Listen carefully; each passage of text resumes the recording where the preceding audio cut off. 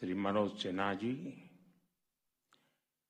केंद्रीय मंत्रिमंडल के मेरे सहयोगी श्री प्रताप राव जाधव जी, अन्य सभी महानुभाव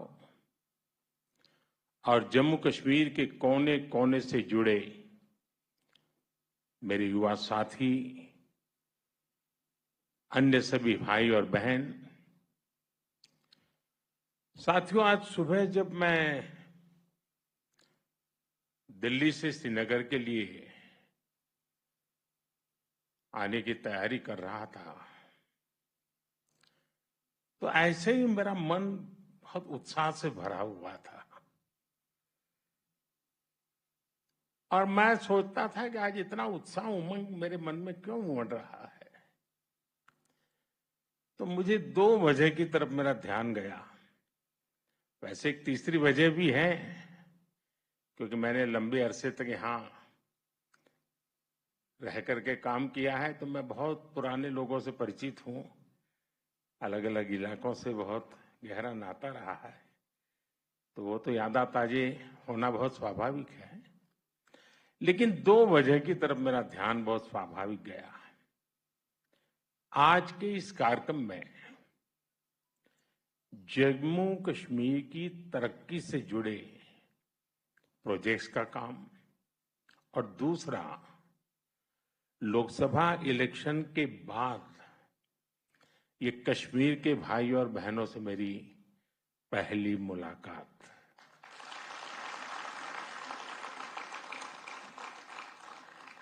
साथियों, मैं अभी पिछले सप्ताह इटली में G7 की बैठक में शामिल होकर के आया हूं और जैसा मनोज जी ने बताया, 3 बार किसी सरकार का लगातार बनना इस कंटिन्यूटी का बहुत बड़ा वैश्विक प्रभाव होता है। इससे हमारे देश की तरफ देखने का नजरिया बदलता है। दुनिया के दूसरे देश भारत के साथ अपने रिश्तों को प्राथमिकता देकर मजबूत करते हैं। आज हम बहुत भाग्यशाली हैं। आज भारत के नागरिकों का जो मिजाज है, ये हमारा देश, हम कह सकते हैं कि हमारी सोसाइटी, ये एस्पिरेशनल ऑल टाइम हाई है और ऑल टाइम हाई एस्पिरेशंस ये अपने आप में देश की सबसे बड़ी शक्ति होती है, जो आज भारत को नसीब हुई है। जब एस्पिरेशन हाई होती है तो लोगों की सरकार से एक्सपेक्टेशन, अपेक्षाएं भी बहुत ज्यादा बढ़ जाती है।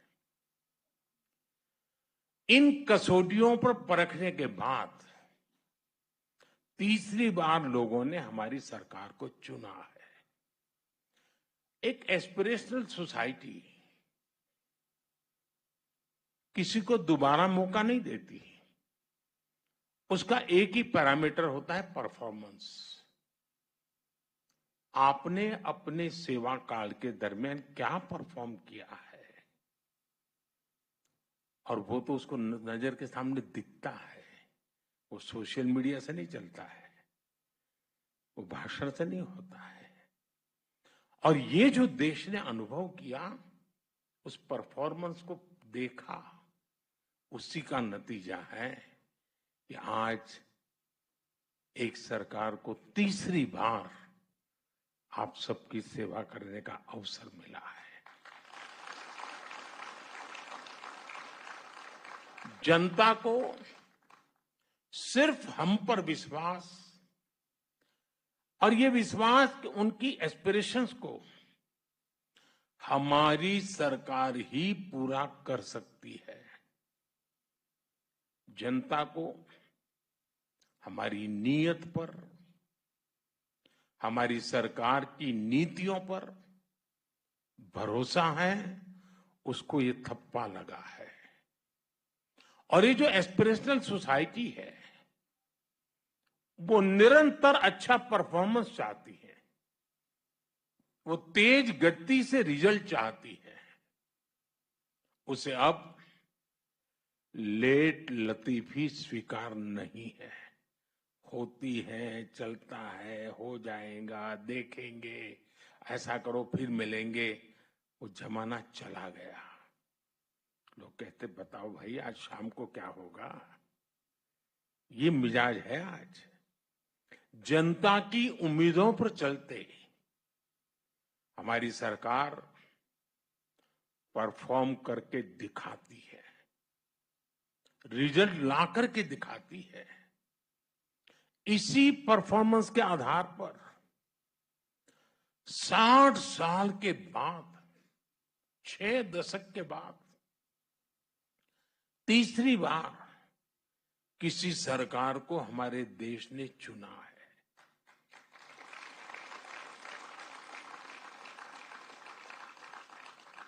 और इस चुनाव के नतीजों ने, ये तीसरी बार सरकार बनने की घटना ने पूरी दुनिया को बहुत बड़ा संदेश दिया है। साथियों, लोकसभा इलेक्शन में मिले जनादेश का बहुत बड़ा मैसेज स्थिरता का है, स्टेबिलिटी का है। देश ने आज से 20 साल पहले, यानी एक प्रकार से पिछली शताब्दी थी, वो 21वीं शताब्दी, वो 20वीं शताब्दी थी। पिछली सदी के आखिरी दशक में अस्थिर सरकारों का लंबा दौर देखा है। आप में से बहुत नौजवान हैं जिनका उस समय जन्म भी नहीं हुआ था। आप हैरान हो जाएंगे, इतना बड़ा देश और 10 साल में 5 बार इलेक्शन हुए थे। यानी देश चुनाव ही करता रहता था और कोई काम ही नहीं था।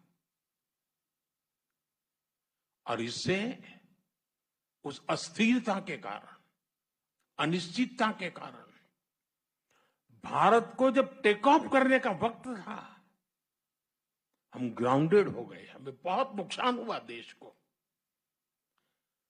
उस दौर को पीछे छोड़कर अब भारत स्थिर सरकार के नए दौर में प्रवेश कर चुका है।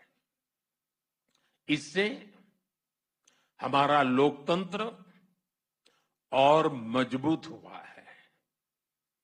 और लोकतंत्र की मजबूती में जम्मू कश्मीर की आवाम की, आप लोगों की बहुत बड़ी भूमिका रही है। अटल जी ने जो इंसानियत, जमहूरियत और कश्मीरियत का विजन दिया था, उसे आज हम हकीकत में बदलते देख रहे हैं।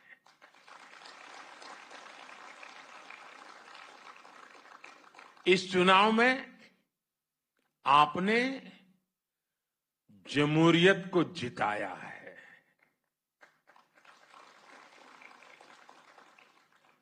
आपने पिछले 35-40 साल का रिकॉर्ड तोड़ा है। ये दिखाता है यहां का नौजवान जमहूरियत को लेकर कितने भरोसे से भरा हुआ है। और मैं आज इन कार्यक्रमों में तो आया हूं, लेकिन मेरा मन करता था कि मैं कश्मीर की वादियों में जाके फिर से एक बार मेरे कश्मीर के भाई बहनों को रूबरू जाके धन्यवाद करूं। उन्होंने इस चुनाव में जो बढ़ चढ़ करके हिस्सा लिया है, जमहूरियत का झंडा ऊंचा किया है, इसलिए मैं आपका धन्यवाद करने के लिए आया।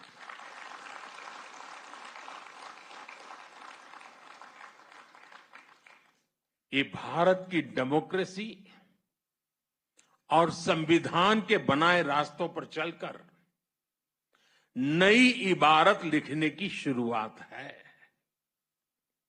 मुझे और खुशी होती अगर हमारा विपक्ष भी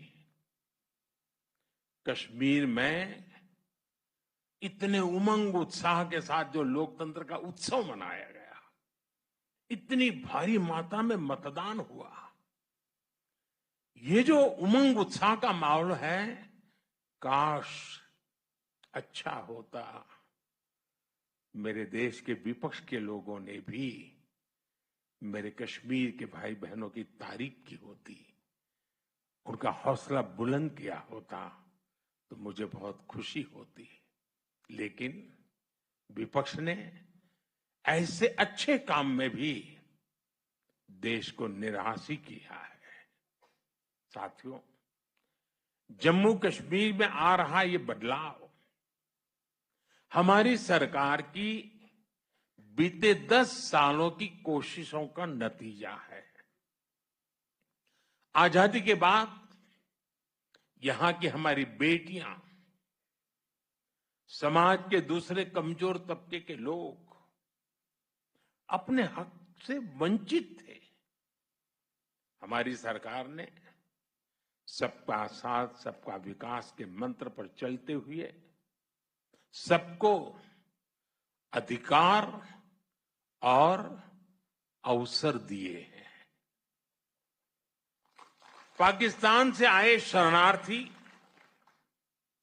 हमारे वाल्मीकि समुदाय और सफाई कर्मचारियों के परिवार पहली बार लोकल बॉडीज इलेक्शन में वोट डालने का उन्हें अधिकार मिला है। वाल्मीकि समुदाय को एससी कैटेगरी का लाभ मिलने की वर्षों पुरानी मांग पूरी हुई है। पहली बार एसटी समुदाय के लिए असेंबली में सीटें रिजर्व की गई है। पद्दारी जनजाति, पहाड़ी जातीय समूह, गड्ढा ब्राह्मण और कोली, इन सभी समुदायों को भी एसटी का दर्जा दिया गया है। पंचायत, नगरपालिका और नगर निगम में ओबीसी रिजर्वेशन पहली बार लागू हुआ है। संविधान के प्रति समर्पण भाव क्या होता है, संविधान का लेटर एंड स्पिरिट में क्या महात्म्य होता है। संविधान हिंदुस्तान के 140 करोड़ देशवासियों की जिंदगी को बदल करने के लिए, अधिकार देने के लिए, उनको भागीदार बनाने के लिए अवसर देता है। लेकिन पहले संविधान की इतनी बड़ी अमानत हमारे पास थी, इसका अस्वीकार होता रहा। दिल्ली में बैठे हुए शासकों ने इसकी चिंता नहीं की, आजादी के इतने सालों तक नहीं की। आज मुझे खुशी है कि हम संविधान को जी रहे हैं। हम संविधान को लेकर के कश्मीर की जिंदगी बदलने के नए नए रास्ते ढूंढ रहे हैं। जम्मू कश्मीर में आज सही मायने में भारत का संविधान लागू हुआ है और जिन्होंने अब तक संविधान लागू नहीं किया वे दोषी हैं, गुनहगार हैं। कश्मीर के नौजवानों के, कश्मीर की बेटियों के, कश्मीर के लोगों के गुनहगार हैं। और ये सब कुछ साथियों इसलिए हो रहा है क्योंकि सबको बांटने वाली आर्टिकल 370 की दीवार अब गिर चुकी है। भाई और बहनों, कश्मीर घाटी में जो बदलाव हम देख रहे हैं, आज पूरी दुनिया उसे देख रही है। मैं देख रहा हूं G20 समूह में जो लोग यहां आए थे, उन देशों के लोग जो भी मिलते हैं तारीफ करते रहते हैं कश्मीर की भी। जिस प्रकार से मेहमान नवाजी हुई, बड़े गौरवगान करते हैं। आज जब श्रीनगर में G20 जैसा इंटरनेशनल इवेंट होता है तो हर कश्मीरी को गर्व से उसका सीना भर जाता है। आज जब लाल चौक पर देर शाम तक हमारे बाल बच्चे खेलते खिलखिलाते हैं तो हर भारतीय आनंद से भर जाता है।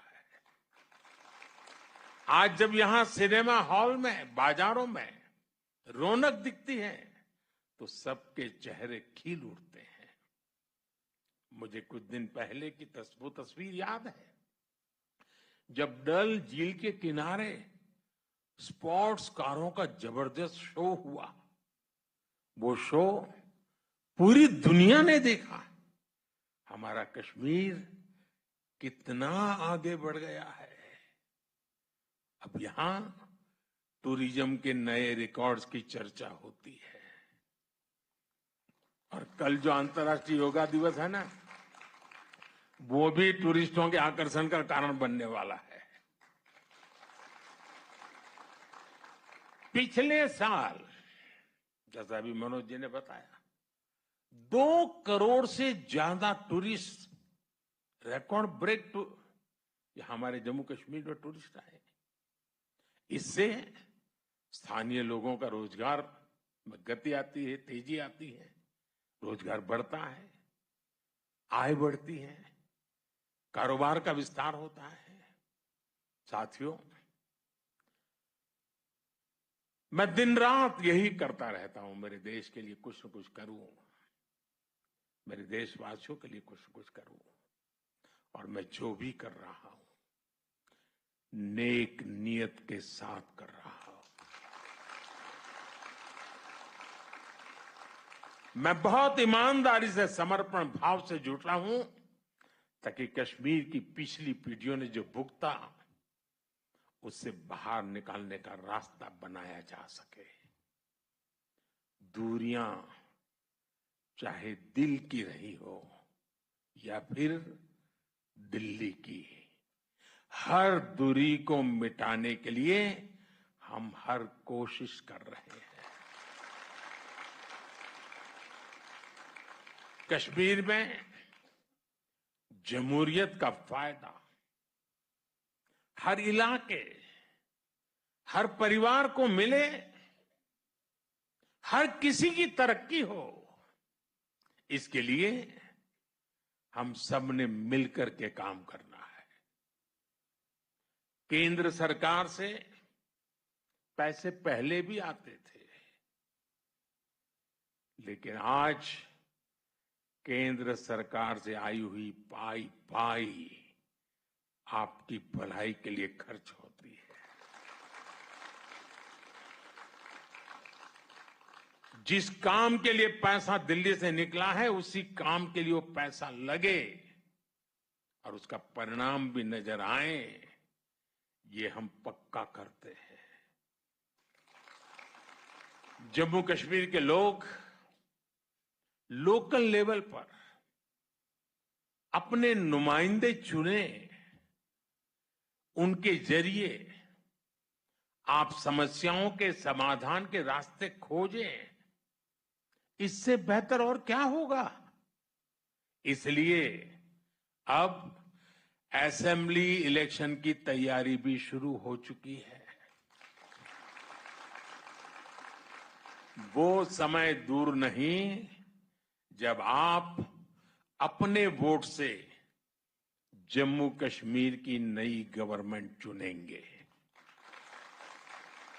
वो दिन भी जल्द आएगा जब जम्मू और कश्मीर फिर से राज्य के रूप में अपना फ्यूचर और बेहतर बनाएगा। साथियों, थोड़ी देर पहले ही यहां जम्मू कश्मीर के डेवलपमेंट से जुड़े 1500 करोड़ रुपए से अधिक के प्रोजेक्ट का शुभारंभ हुआ है। खेती और इससे जुड़े सेक्टर के लिए भी 1800 करोड़ रुपए के प्रोजेक्ट शुरू हुए हैं। मैं इन प्रोजेक्ट्स के लिए जम्मू कश्मीर के अवाम को बहुत बहुत बधाई देता हूं। मैं यहां राज्य प्रशासन को भी बधाई दूंगा कि वो सरकारी नौकरियों में भी तेजी से भर्तियां कर रहे हैं। बीते 5 सालों में करीब 40,000 सरकारी भर्तियां की गई है। अभी करीब 2,000 नौजवानों को तो इस कार्यक्रम में ही एम्प्लॉयमेंट लेटर मिला है। कश्मीर में हो रहे लाखों करोड़ रुपए के निवेश से भी स्थानीय युवाओं के लिए हजारों नई नौकरियां बन रही है। भाई और बहनों, रोड और रेल कनेक्टिविटी हो, एजुकेशन और हेल्थ से जुड़ा इंफ्रास्ट्रक्चर हो, या फिर बिजली पानी, हर मोर्चे पर जम्मू कश्मीर में बड़े पैमाने पर काम हो रहा है। पीएम ग्रामीण सड़क योजना के तहत यहां हजारों किलोमीटर नई सड़कें बनी है। जम्मू कश्मीर में नए नए नेशनल हाईवे बन रहे हैं, एक्सप्रेस वे बन रहे हैं। कश्मीर घाटी रेल कनेक्टिविटी से भी जुड़ रही है। चिनाब नदी पर बने दुनिया के सबसे ऊंचे रेलवे ब्रिज की तस्वीरें देखकर तो हर भारतवासी गर्व से भर उठता है। नॉर्थ कश्मीर की गुरेज घाटी को पहली बार बिजली ग्रिड से जोड़ा गया है।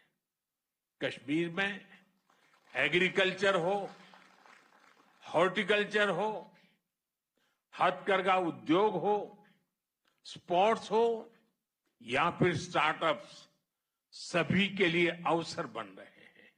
और मैं अभी ऊपर स्टार्टअप की दुनिया से जुड़े नौजवानों से मिलकर के आया।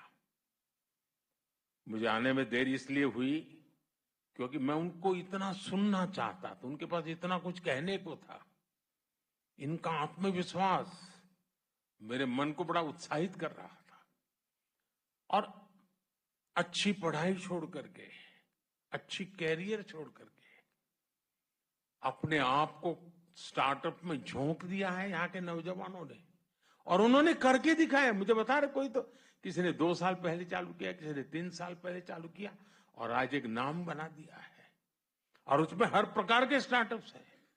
आयुर्वेद से जुड़े विषय हुए हैं, खान पान से जुड़े विषय हैं, वहां पर इंफॉर्मेशन टेक्नोलॉजी के नए पराक्रम दिखते हैं, साइबर सिक्योरिटी की चर्चा नजर आ रही है, फैशन डिजाइन है, टूरिज्म को बल देने वाला होम स्टे की कल्पना है।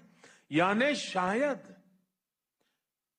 इतने क्षेत्रों में जम्मू कश्मीर में स्टार्टअप हो सकते हैं, और मेरे जम्मू कश्मीर के नौजवान स्टार्टअप की दुनिया में अपना डंका बजा रहे हो, ये देखने का बहुत खुशी का पल था मेरे लिए। दोस्तों, मैं इन सब नौजवानों को बधाई देता हूं। साथियों, आज Jammu Kashmir startup, skill development और स्पोर्ट्स का एक बड़ा हब बन रहा है। और मेरा मत है, जम्मू कश्मीर के पास स्पोर्ट्स की टैलेंट जो है ना, अद्भुत है जी। और मुझे पक्का विश्वास है, जो हम इंफ्रास्ट्रक्चर तैयार कर रहे हैं, कोचिज की व्यवस्थाएं कर रहे हैं, नए नए खेलों को बढ़ावा दे रहे हैं, बहुत बड़ी मात्रा में इंटरनेशनल खेलों की दुनिया में जम्मू कश्मीर के बच्चों का नाम रोशन होगा। और जम्मू कश्मीर के बच्चे मेरे देश का नाम रोशन करके रहेंगे, ये मैं अपनी आंखों से देख रहा हूं।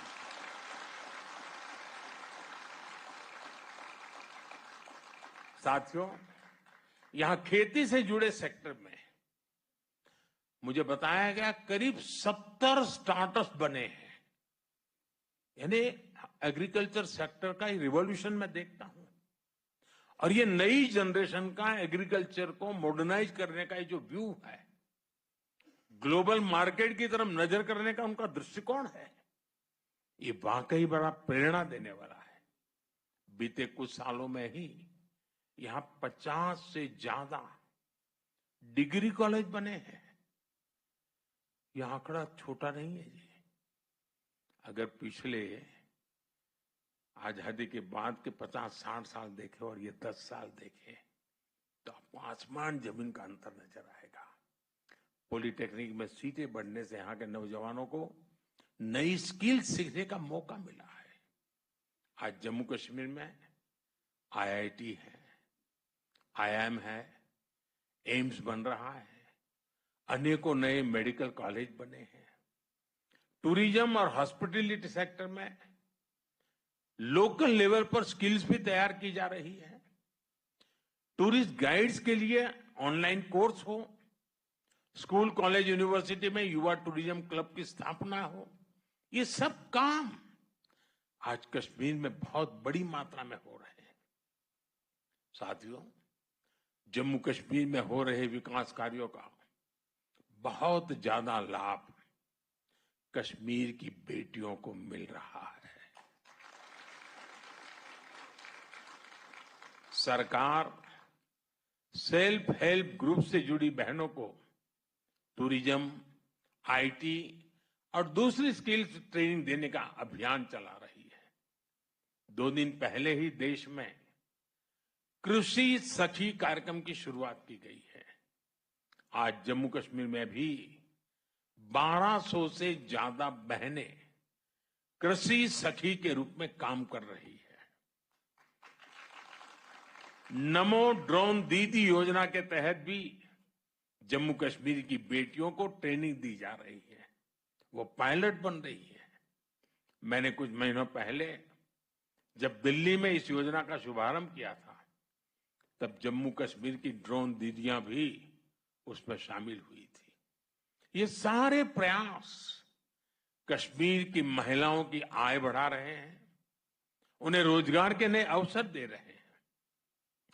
देश की 3 करोड़ बहनों को लखपति दीदी बनाने के लक्ष्य की ओर हमारी सरकार तेजी से आगे बढ़ रही है। भाइयों बहनों, टूरिज्म और स्पोर्ट्स में भारत दुनिया की एक बड़ी पावर बनने की तरफ आगे बढ़ रहा है।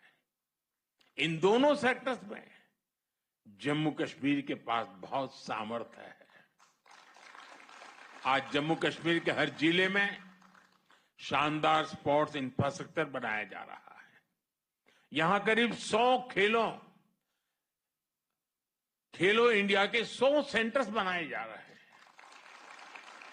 जम्मू कश्मीर करीब 4,500 नौजवानों को नेशनल और इंटरनेशनल कंपटीशन के लिए ट्रेन किया जा रहा है। यह आंकड़ा बहुत बड़ा है जी। विंटर स्पोर्ट्स के मामले में तो जम्मू कश्मीर एक प्रकार से भारत की कैपिटल बनता जा रहा है। इसी फरवरी में ही यहां जो 4था खेलो इंडिया विंटर गेम्स का आयोजन हुआ, उसमें देश भर के 800 से ज्यादा खिलाड़ियों ने हिस्सा लिया है। ऐसे आयोजनों से भविष्य में यहां इंटरनेशनल स्पोर्ट्स इवेंट्स के लिए नई संभावनाएं बनेगी। साथियों, ये नई ऊर्जा, ये नई उमंग और इसके लिए आप सब मुबारक के अधिकारी हैं। लेकिन अमन और इंसानियत के दुश्मनों को जम्मू कश्मीर की तरक्की पसंद नहीं है। आज वो आखिरी कोशिश कर रहे हैं कि जम्मू कश्मीर का विकास रुक सके, यहां अमन चैन स्थापित न हो।